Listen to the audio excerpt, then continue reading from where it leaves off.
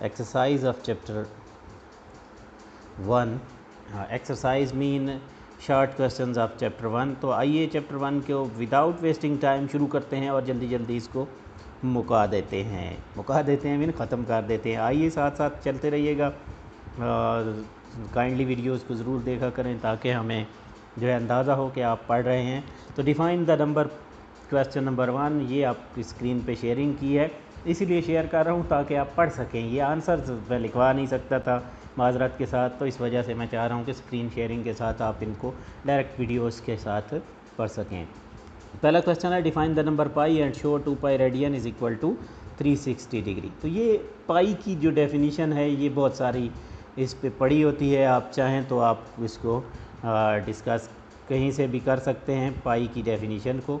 अलबत्ता ये जो आपको नज़र आ रहा है C is equal to 2 pi R और उसके बाद पाई की वैल्यू है सी डिवाइडेड बाई 2r या सी डिवाइडेड बाई डी। सी क्या है, इसमें सरकमफ्रेंस ऑफ द सर्कल है और डी इसमें जो है वो डायमीटर है।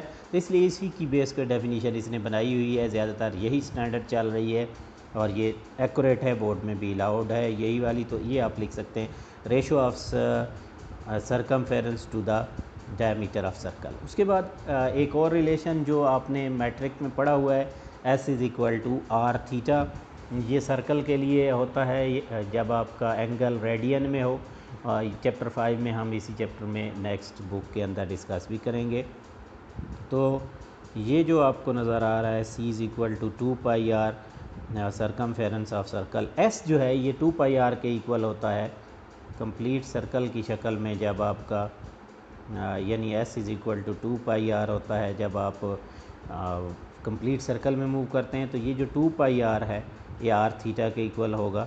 आर देखें इसमें से कट गया, theta is equal to 2 pi, theta is equal to 2 pi radian. 2 pi radian ये यूनिट है एंगल का और theta is equal to 360 degree. So 2 pi radian is equal to 360 degree. ये सिंपल सा है, आप कोई भी आंसर लिख सकते हैं। यहाँ मल्टीपल चॉइस होती है, आपके पास बहुत सारे ऑप्शंस होते हैं जहाँ से आपको बेस्ट ऑप्शन आपका नेट होता है, क्योंकि आप वैसे भी नेट से पढ़ रहे हैं। तो net is the best option to find the answers of the questions. Don't go behind us and don't wait for the answers given by us. You should select answer, you should Google and you can find multiples of the questions and multiple of the answers. But one thing I will suggest that must write an answer, must select an answer during the examination. Next इसके अंदर question है define the term error, uncertainty, precision and accuracy in the measurement. किन किन चीज़ों को आपने find करना है, किन किन चीज़ों को आपने डिफ़ाइन करना है। एरर क्या होता है ये मैंने पहले डिफ़ाइन किया हुआ। Error difference between the measured value and acceptable value. यानी एक्सेप्टेबल वैल्यू ये होती है कि आपका जो एग्जैक्ट वैल्यू होती है और जो आप मेजर करते हैं उनके बीच में डिफरेंस है। अनसर्टेनिटी होता है estimate of possible range of error. Uncertainty मैं पहले भी बता चुका हूँ लेक्चर के अंदर कि जब हम एरर की बात करते हैं तो जब हम एग्जैक्ट वैल्यू के बीच में और जो हमारी मेजर्ड वैल्यू होती है उसके बीच में कंफ्यूज होते हैं तो उस वक्त उसको अनसर्टेनिटी कहा जाता है। प्रेसिजन क्या होता है, measurement is said to be precise if it has less absolute uncertainty. Measurement answer उस वक्त प्रिसाइज कहलाती है जब इसमें अनसर्टेनिटी जो है बहुत कम होती है। उसके बाद accuracy means how close a measured value is actual is to the actual value कि ये एक्चुअल वैल्यू के कितना क्लोज है। यानी अगर आपका एक्चुअल वैल्यू से डिफरेंस ज़्यादा है तो फिर एक्यूरेट नहीं होगी, अगर है तो फिर क्लोज है तो फिर एक्यूरेसी ज़्यादा होगी। लेकिन नेक्स्ट क्वेश्चन है जो कि आप खुद अपने वर्डिंग में इसको लिख सकते हैं। Explain several repetitive phenomena occurring naturally which could serve as a reasonable time standard। आप ये बताएं कि दुनिया में कौन से ऐसे फिनोमिना हैं जो टाइम स्टैंडर्ड के तौर पे काम कर सकते हैं। तो इसमें पहला जो है आपका वो है फिनोमिना जिसको हम कहते हैं वो है जनाब आली लैटस वाइब्रेशन, दूसरा revolution of moon around the earth, तीसरा रोटेशन ऑफ। यानी नेचर के अंदर जितने भी आपको चीज़ें नज़र आती हैं वो ऐसे एक्यूरेट हैं कि उनको आप टाइम स्टैंडर्ड के तौर पे नहीं यूज़ कर सकते हैं। कुछ भी हो, जैसे सनराइज सनसेट और सनराइज़ ये इतना एक्यूरेट तरीके से हो रहा होता है कि इनको आप टाइम स्टैंडर्ड के तौर पे ले सकते हैं और हो लिया भी जाता है। इसी तरह अलबत्ता कुछ फिनोमेना ऐसे हैं जो कि नेचुरली अक्कर होते हैं लेकिन उनको टाइम स्टैंडर्ड के तौर पे नहीं ले सकते, तो लेकिन कुछ ऐसे होते हैं जो रेपिटेटिव टाइम ले रहे होते हैं, उनको हम ले सकते हैं। Why do we find it useful to have 2 units for the amount of substance kilogram and मोल? ये मैं आपको अपने अल्फाज में समझाता हूँ। 1 किलोग्राम जो होता है when you are dealing with the quantity mean when you don't need number of atoms, जब आपको नंबर ऑफ़ एटम्स की ज़रूरत नहीं होती है, आप सिर्फ़ और सिर्फ जो है वो डील कर रहे होते हैं इसके साथ, आप चाह रहे होते हैं कि हमारे पास सिर्फ़ और सिर्फ क्वांटिटी ऑफ मैटर यूज़ हो, तो फिर उस वक्त आप ये यूज़ करते हैं। But when you are going to use या when you find it convenient to use the number of particle as well, तो आपको मोल भी यूज़ करना पड़ता है। तो मोल बेसिकली इसलिए होता है कि एक मोल जो होता है हर मटेरियल का वो एक जैसे नंबर ऑफ़ पार्टिकल रखता है, वो गाइडर नंबर के इक्वल, जबकि दूसरे में एक जैसे नंबर नहीं होते, तो इस वजह से हम मोल को प्रेफर मोल और भी यूज़ करते हैं और किलोग्राम भी यूज़ करते हैं। अब बहुत सारे आंसर लिख सकते हैं। ये इम्पॉर्टेंट है, इसको आपने सॉल्व करना है। यहाँ पे आप देख सकते हैं, show that Einstein equation is equal to MC square is dimensionally consistence dimensionally correct.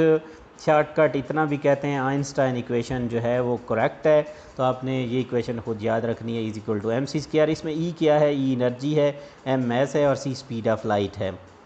तो अब लेफ़्ट हैंड साइड ले लें, लेफ़्ट हैंड साइड पे आप E एनर्जी के डायमेंशन लिखें। एनर्जी के dimension W is equal to F.D से निकाले जाते हैं। MLT की -1 होता है, सॉरी MLT की -2 होता है। और राइट हैंड साइड पे आप M के डायमेंशन डालें और C की जगह LT -1 और उसका स्क्वायर लें। देखिए जो इक्वेशन 1 है लेफ़्ट हैंड साइड वाली और इक्वेशन 2 जो है राइट हैंड साइड वाली, ये इक्वल है, इसलिए डायमेंशन आपके पास इसके इक्वल आ गए और ये इक्वेशन करेक्ट है। आपने यही मेथड रखना है हर जगह कि अगर आपने डायमेंशन करेक्ट फाइंड करने हैं तो हमेशा आपने यही करना होगा कि उसको क्वांटिटी को आपने कैलकुलेट करने हैं डायमेंशन लेफ़्ट साइड पे राइट साइड पे। अगर डायमेंशन पूरे आ गए, दोनों साइड पे एक जैसे आ गए, तो फिर डायमेंशनली कंसिस्टेंट है, अगर नहीं तो नहीं है। Deduce the dimension of gravitational constant equation. Gravitational constant capital G, ये इक्वेशन आपने पढ़ी हुई है, F is equal GM1 M2 over R square. इसमें F फोर्स है, G ग्रेविटेशनल कांस्टेंट है, M1 M2 मैसेज हैं और R स्क्वायर जो है इसमें रेडियस है। तो सबसे पहले बेटा आप इसमें क्या करें, डिस्टेंस बिटवीन द मैसेज भी कह सकते हैं या किसी ऑब्जेक्ट का। तो आप सबसे पहले इसमें से G निकालेंगे, तो ये देखें ये जो R स्क्वायर नज़र आ रहा है ये इधर चला जाएगा और M1 और M2 इधर नीचे आ जाएंगे, तो आपका G is equal to FR square divided by M1 M2 आ जाएगा। अब इनकी डायमेंशन यूज़ कर दें, डायमेंशन हर एक की, फोर्स की डायमेंशन ये आप निकाली हुई हैं, MLT की -2 होता है, R स्क्वायर की जगह L स्क्वायर लगा दें, नीचे MM इनको काटेंगे तो आंसर जो आ रहा है नीचे M की -1 L की 3 T की -2। अच्छा, बाज़ दफ़ा इसी के अंदर ये भी कह दिया जाता है कि right the units in term of base unit, तो कोई टेंशन वाली बात नहीं है, कोई नया क्वेश्चन नहीं है ये। आपने क्या करना है, इसी के अंदर जहाँ M लिखा हुआ है वहाँ किलोग्राम डाल देना है, जहाँ L लिखा है वहाँ पर आपने M डाल देना है, यानी मीटर वाला M और टाइम की जगह सेकंड, तो इसका यूनिट बनेगा पर किलोग्राम मीटर क्यूब पर सेकंड, यानी kg -1 M की 3 S की -2। आइए नेक्स्ट क्वेश्चन की तरफ बढ़ते हैं, जल्दी जल्दी इसको करते जाते हैं। तो नेक्स्ट क्वेश्चन है, find the dimension of energy, kinetic energy. Kinetic energy का फार्मूला आपको पता होना चाहिए, काइनेटिक एनर्जी 1/2 mv स्क्वायर होती है और ये हमें पता है कि हम कांस्टेंट के डायमेंशन लिखा नहीं करते हैं। तो यहाँ पे क्या करेंगे, हम m और v के डायमेंशन लिखेंगे। तो m और v के डायमेंशन जब आप लिखने बैठेंगे तो उसमें ये होगा कि आपको सबसे पहले जो है वो डायमेंशन m के लिखने हैं, आपने माइंड नहीं करना है। तो नेक्स्ट क्वेश्चन जो है बेटा हमारा इसमें है वो, give the drawback to use the period of pendulum as a time standard. Drawback बताइए अगर आप टाइम पीरियड ऑफ पेंडुलम को टाइम स्टैंडर्ड के तौर पे यूज़ करें। ये जो आपको फार्मूला नज़र आया T=πL/g, इसमें एक नंबर इसका होता है, ये लिखना ना भूलिए। हम मेरे साथ जो अपने स्टूडेंट्स हो चुके हैं, आप सारे मेरे ही स्टूडेंट हो, तो मैं पहले बता चुका हूँ कि फार्मूला हर जगह लिखिए। उसके बाद इसमें L और G हैं, तो L आपका लेंथ है और G जो है ग्रेविटी है।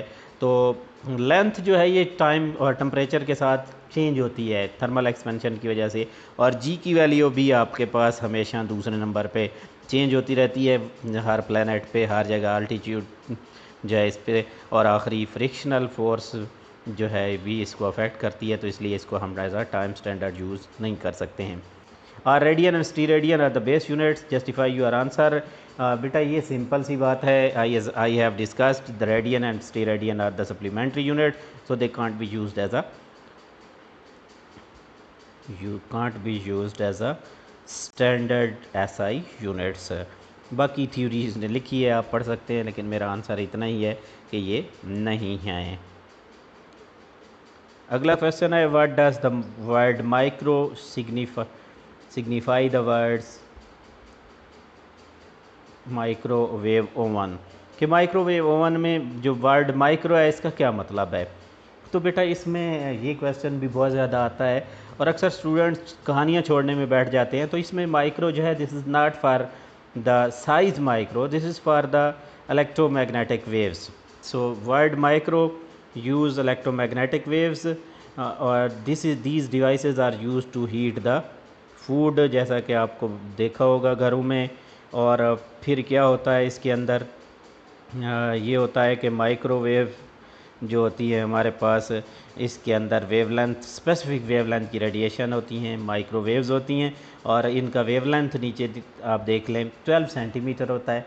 इसको अगर आप V=F लैम्डा से कैलकुलेट करें, तो आपके पास यहाँ पे इलेक्ट्रोमैग्नेटिक वेव्स की स्पीड ऑफ लाइट का फार्मूला यूज़ करके तो 2450 मेगाहर्ट्ज़ इनकी फ्रीक्वेंसी आती है।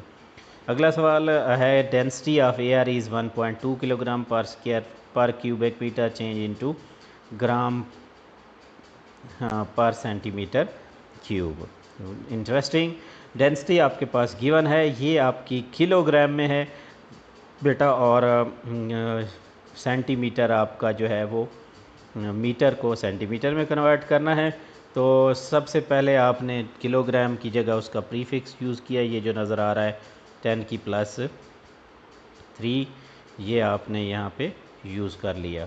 अब जब ये यूज़ करेंगे, साथ में ये जो प्रीफिक्स है इसकी जगह प्रीफिक्स बनाने के लिए आपने 10⁻+2 करना है और साथ सेंटी लिख लेना है, और पावर सारे की पावर -3, क्योंकि ये यूनिट की पावर होती है वो प्रीफिक्स की पावर है।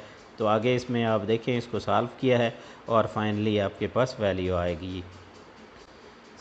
An old saying is that a chain is only strong as weakest link.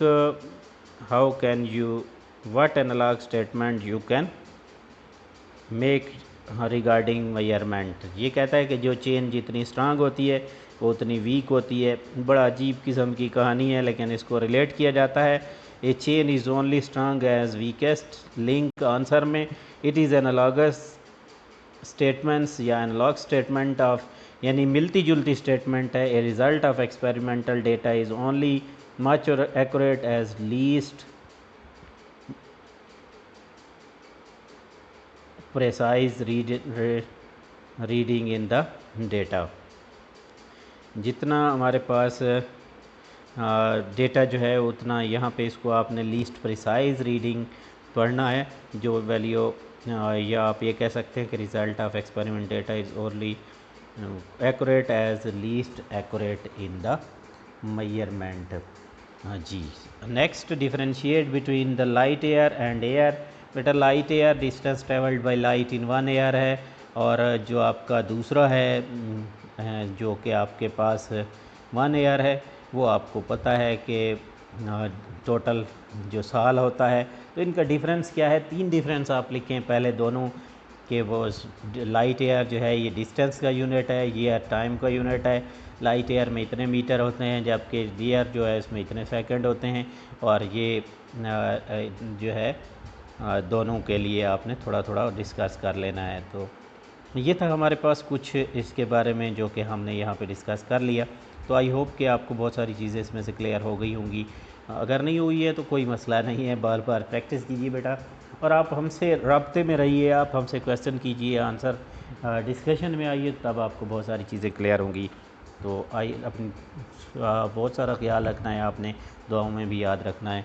अल्लाह निगहबान, अल्लाह हाफिज़।